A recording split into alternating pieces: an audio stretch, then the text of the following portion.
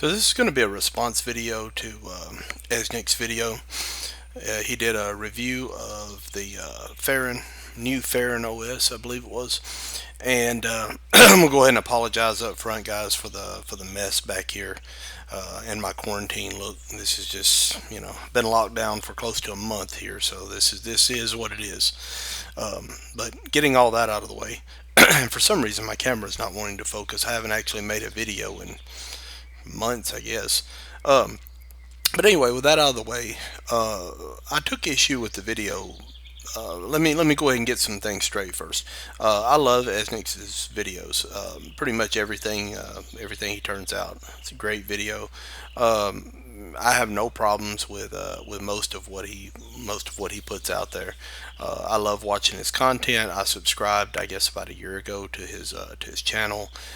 There's lots of Linux channels I'm subscribed to, and his is one of the better ones. I'll go ahead and apologize too, guys. I'm looking at my video here and not toward the camera, so kind of take it for what it is. Anyway, but with the video, with the review he did of the Farron OS, there's a couple of things he had said that I had taken issues with, and one was he said that, and I'm paraphrasing here, but something to the effect that uh, because it had themes that you could one button click and it would completely change the look or the theme of the operating system. He wasn't a fan of that, and he thought it was unnecessary, and he was not a fan of some of the tweaks that Farron does with the operating system with the distro because and again, I'm paraphrasing, but kind of in his words, what he was saying was um, that it should be more of a stock experience and let the end user decide if they want to customize their distro or whatever, and it shouldn't come with all these tweaks and stuff because it takes away from the stock experience or whatever, and it keeps the end user from learning how to do these things on their own. Now, there's where I have my issue because I personally think all the tweaks and stuff, even though they may not be to my taste, I think that they help the end user. They really do help the end user get more acquainted with the operating systems. Like, oh, okay, one button and I can change it to this, I can change it to that, or whatever. Now, keep in mind, Esnix is coming at this from a perspective, kind of an old school Linux guy who's used to doing everything manually. You're talking about a guy here that kind of gets off on partitioning his drives when he installs Debian. Uh, so that's one of his favorite things. If you've ever watched one of his videos, like when he's doing a fresh install, like partitioning the drive, chopping it up in two or three different things, and creating his swap file and all that, that's one of his favorite things to do. Well, that kind of tells you right there where he's coming from as far as his perspective. When that is like his favorite part of the operating system is chopping up the drive into different partitions, whereas most people would just pop in the disk or the USB or whatever and let the operating system just automatically do what it does. No, he gets off on that kind of stuff. That's his thing, and you know what? There's not a problem with that. Some people do, but that kind of brings me back to my point. There are really two types of people who end up using Linux.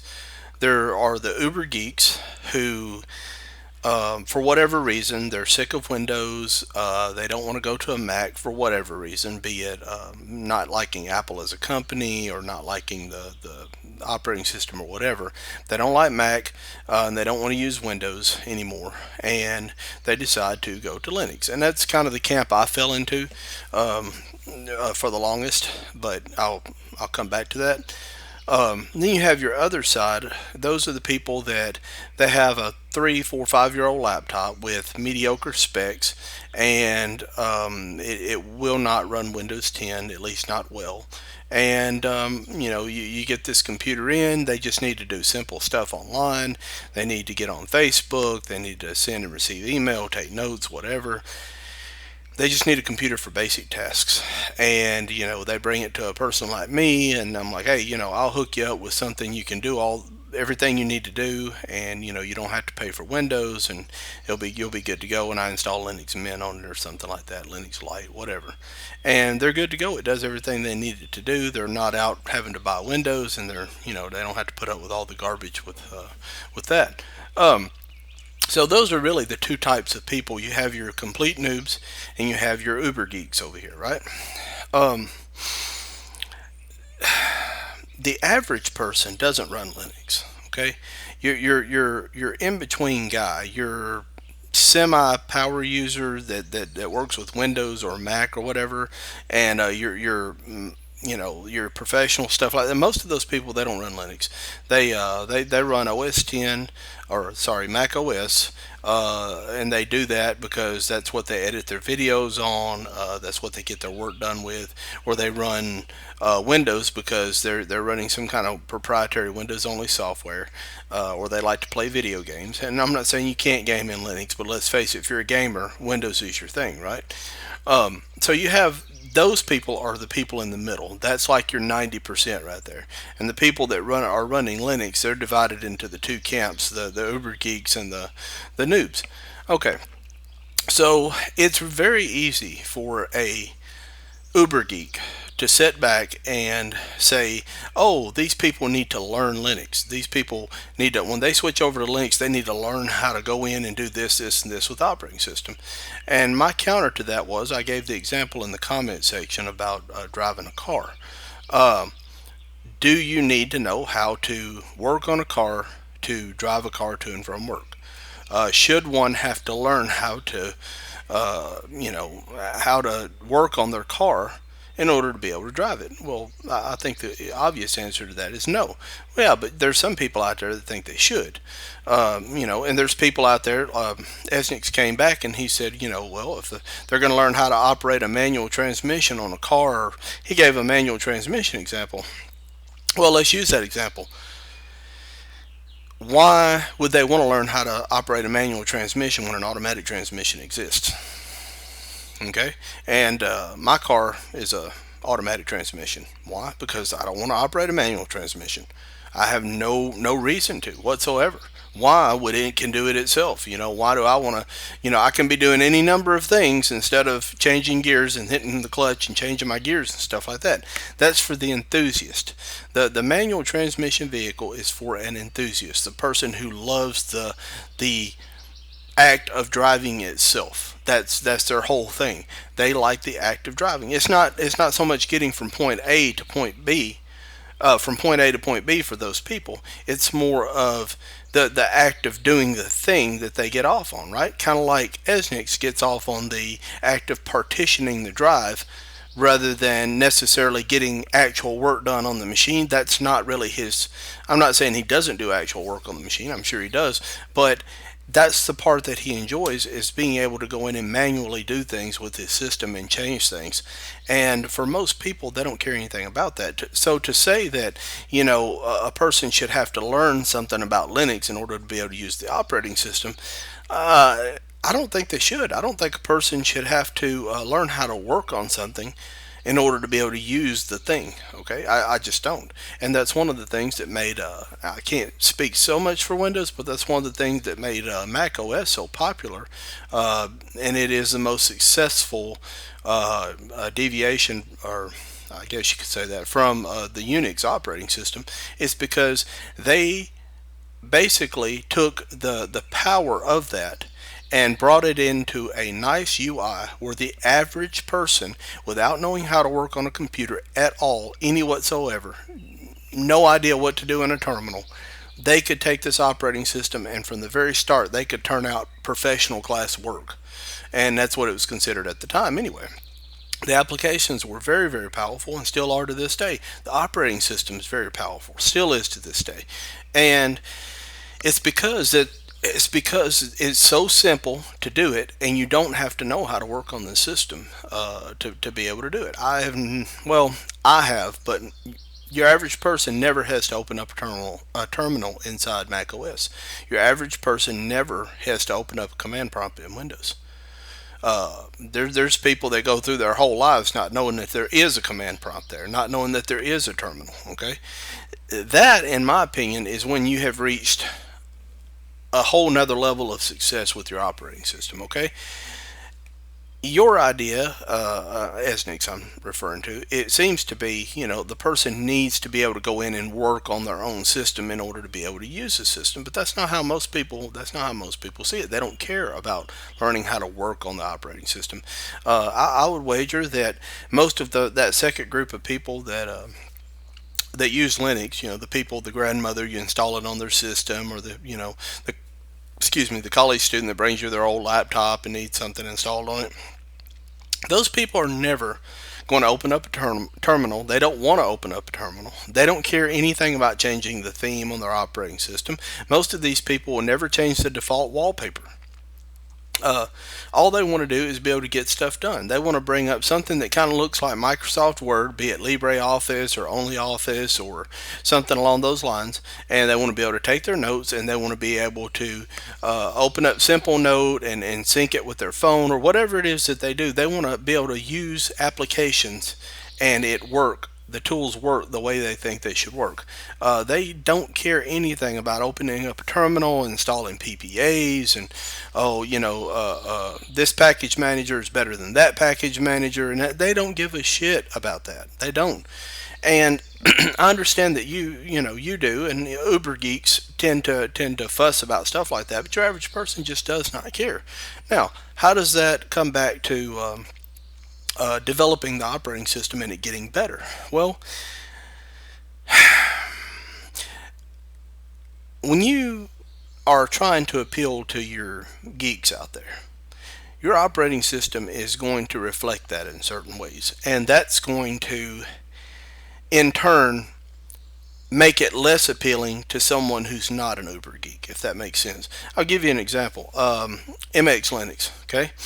I've used MX. I've installed it on a virtual machine probably 10 times. I've installed it on hardware maybe a half a dozen times, right? And I've given it a shot. And I'm not a fan of MX Linux. I'm just not. Uh, in my opinion, it's made for more the geeky type that wants to get in there and really play with stuff. It comes with a lot of software that I don't even deem necessary, right? I don't think the average person's ever going to even see that stuff, much less know what it's all about. And the look of it is a la Windows 95. Okay, now how can you tell an operating system is made for an Uber geek by an Uber geek? Probably the UI is going to look like Windows 98 or Windows 95. I've noticed that they don't seem to care anything about the UI at all, and that's why you see these a lot of these old school guys, for instance, like EZnix, running a older XFCE looking environment and doesn't really care how it looks at all. Um, but your average person, that matters to them. They want an operating system to look nice. It needs to be functional and it needs to look nice, and there's no reason why you can't have both. Look at Linux Mint. Look at Elementary OS, absolutely beautiful operating system. Look at pretty much any operating system running the newer versions of KDE. I mean, they're absolutely beautiful operating systems and they're functional. Just because something is pretty doesn't mean it has to lose its functionality and vice versa. So I think we can have a good balance of both. You know, I, some operating systems, I will say, like Elementary OS, they do tend to lock you out of some things, as does Mac OS. But that's kind of where they're taking their cue from. You can obviously tell that. Um, but I think it's just different strokes for different folks. But I think the attitude that someone needs to be able to learn how to work on the operating system, that scares away a lot of Linux users. And you might say, well, if they're so lazy that they don't want to learn how to use the operating system, then screw them, let them stay with Windows or Mac. Yeah, that's one attitude to have. That is one attitude to have. But personally, I'd like to see more people go to Linux from Windows, especially. I mean, I love Mac as well. As you can see back here, I got my iPhone back here, my iPad, and I'm on a Mac right now. This is my Linux machine over here. I got a Mac Pro back here, another Linux box back here. So I'm all Linux and Mac now. I don't have a Windows machine in my home, and I'm former computer technician, was running a computer shop for years. But I don't currently own a Windows machine because I absolutely despise Windows. Um, but if you'll notice, all my stuff is Mac and Linux. So you can like both, but I like them both for different reasons. But as far as going back to the Linux side of things, should I have to know how to work on a Linux machine to be able to use that Linux machine, or just say screw it and go to another operating system? I don't think so. There's a difference between knowing how to work with something and knowing how to work on something. Okay, um, if I get into a new car from an old car, okay, so let's say I drive a Mustang GT right now, right? But I've been drooling pretty hard over the Dodge Challengers. I'd love to have a Dodge Challenger SRT, right? So let's say I go trade in my Mustang on a Dodge Challenger right now. When I get in that Challenger, it's going to operate a little bit differently. Okay, the shifter is going to be a little different. The controls are going to be a little different, but basically it's going to be real similar to the Mustang, right? It still has a steering wheel, still has gas and brake, still has a shifter. It's going to operate basically the same, even though there are going to be some subtle differences. It's going to carry over. I can pretty much jump in any vehicle right now and drive it, right? And as I'm sure you can. I don't know what you drive right now, but I'm betting you if somebody pulled up a Nissan Altima, you could jump in it and drive it. If somebody pulled up in a Ford pickup truck, you could probably jump in there and drive it, right? Even though things are different, they're close enough to the same that you could do this. That's what I'm talking about as far as going from one operating system to another, right? When I go from, if I go from Windows, or let's say a person goes from Windows to a Linux system, or from Mac to a Linux system, it needs to be able to operate close enough to that other operating system where the person's not completely lost. And I think the majority of the overwhelming majority of Linux distros accomplish that pretty well. You can jump freely from Mac over to usually I'd say 90% of Linux distros, or Windows over to 90% of Linux distros, and be just fine. But you don't have to know how to work on it. Things might work a little different. Applications might install a little different, but once you get everything set up, things are going to be pretty close to the same. You're not really going to be able to tell much of a difference between Windows and Mac and a Linux distro, a decent Linux distro. But what you're talking about is you need to know how to work on the system, right? And I don't think a person should ever have to know how to work on their own computer to be able to get stuff done on it. That's not. With Windows, you don't need to know how to work on it to be able to get stuff done. With Mac, you really don't need to know how to work on the operating system to be able to get stuff done. The equivalent would be me telling someone, oh, if you're going to run Windows, you need to be able to go into regedit and pull up registry entries and edit them yourself manually to be able to do a thing that you want to do. If you want to do notes on this system right here, or let's say you want to install this piece of software, right? You need to be able to go in and you need to be able to manually build this program from source, build this application from source, and know how to install it on your Linux machine, right? If you told your typical Windows user that, they would look at you like you'd lost your mind, and even more so for a typical Mac user. Okay, that's not something you should ever have to do. You should never have to compile from source. You should never have to go in the terminal and fiddle around with it. Now the option's there if you want to for your Uber geeks. If they want to go into the terminal and let them customize their little heart out, if they want to go in and manually edit every single thing about their system, that's the power of Linux. Yeah, you do that. But a person shouldn't have to be able to do that in order to be able to use the operating system.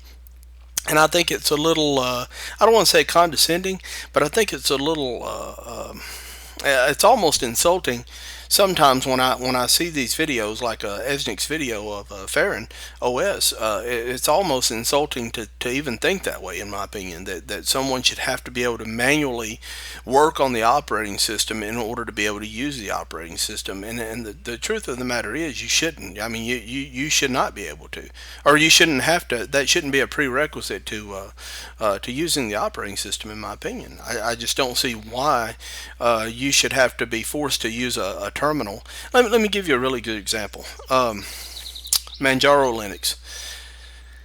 I got a love-hate relationship with Manjaro. Manjaro is It's I love the way it's themed out. It's a nice, nicely themed out OS, and it supports the latest hardware. There's a lot of things to like about Manjaro. There's a couple of things I don't like about it. Number one, updates always break it. Literally, I've installed Manjaro probably 40 or 50 times, both on hardware and inside virtual machines, and updates broke the system every single time. It's just a matter of time. Might make it 2 rounds through updates, might make it through 5 or 6 rounds of updates, but eventually updates will kill your system. The only way I've ever managed to keep a Manjaro install for more than a few months is to never update the system at all. Okay, and I don't recommend that, but that's the only way I could keep the system up and going. Uh, but that being said, how do you update the system? Well, typical user would click on the little magic button that pops up down in the bottom right hand corner and says, "Oh, there's updates," or if you're using GNOME, top right hand corner, whatever, and oh, install updates. I better do that. And they click on it, a little UI pops up. You click update. Yeah, you do that with Manjaro, you just broke your system most likely. Okay, if you use the UI to install your updates, you probably broke your system. How do you install your update? Oh, well, you got to go over here to terminal. Just kill this little notification over here. You got to open up terminal. You got to type in, now you got to be root. You got to type in sudo, and you got to do, sudo pacman/syu, right? Why? Why would your typical user ever need to know that? Why should they have to know that to be able to update their system? That is completely and utterly ridiculous for the average computer, for the average user of a system to have to open up a terminal and manually install updates, or it breaks the system. In my opinion, that is absolutely ridiculous, and that brings Manjaro down about 600 points on the scale over here. I think other operating systems get it right, and it's just because you don't have to manually fiddle with it to be able for the operating system to function. That shouldn't happen. I should be able to leave my system on 24/7, very rarely having to restart the system or log out or log back in. Very rarely having to do that. Never have to open up a terminal window in order to be able to do stuff. I should just be able to install software through the software center or manually, like double click on a deb file. That's what I should be able to do, right? That's what all the popular operating systems can do. It's what you can do with Windows. It's what you can do with Mac. I've never had to manually install anything on a Mac or Windows. Never have. I've never had to go in and hack the registry inside Windows to install an application. Now, there's stuff that you can do like that in Windows and on a Mac, but you shouldn't have to do it to be able to use the operating system to be able to get stuff done. And to expect for your average person to have to do that, I believe it shows a lack of understanding of the average computer user. And it's kind of insulting, I think, to the average computer user. But anyway, that's just my opinion on the matter. I welcome a response video. There's another guy here, The Real Geek, I believe it is. He does some pretty good videos too. I just found his channel. I welcome a response video from him as well. And yeah, I appreciate you watching, guys, and take it easy, and I will see you in the next one.